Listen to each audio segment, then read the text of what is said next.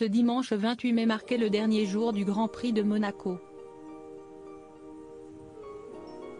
Pour l'occasion, les membres importants du Rocher étaient de sortie, à l'instar de Charlotte Casiraghi, qui est venue vêtue d'une robe estivale rouge nouée au niveau du cou et faisant partie de la collection croisière 2022-2023 de la maison Chanel.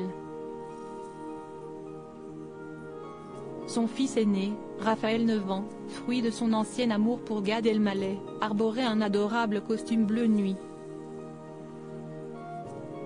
Le beau-père du bout de chou, le producteur de films Dimitri Rassam, a quant à lui opté pour une chemise ouverte blanche et une veste de costume en lin bleu-gris légère.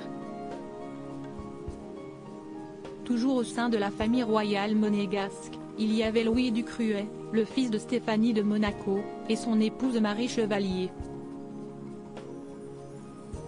La jeune femme de 30 ans s'est fait remarquer avec sa robe courte rayée color bloc, dans les tons rose fuchsia et rouge. Le prince Albert II et également la princesse Charlène étaient là pour la remise de prix du 80e Grand Prix de Formule 1. La mère des jumeaux Jacques et Gabriella s'est présentée dans une robe longue bleu marine aux lignes multicolores. Du côté des célébrités éloignées du milieu du Rocher, il y avait l'acteur Jean Dujardin, mais aussi les comédiens britanniques Tom Holland et Orlando Bloom.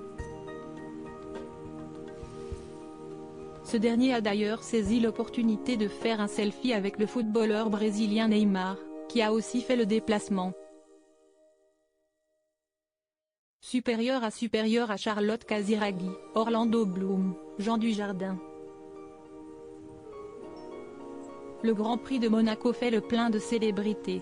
Une ancienne Spice Girl venue directement du Festival de Cannes. Le Grand Prix de Monaco s'est déroulé en présence du rugbyman Mike Tindall, époux de Zara Phillips, membre de la royauté anglaise, du judoka français Teddy Riner, mais aussi du nageur Florent Manodou, plus amoureux que jamais au bras de sa chérie, Pernille Bloom. La veille, il y avait la star des arts martiaux, Conor McGregor.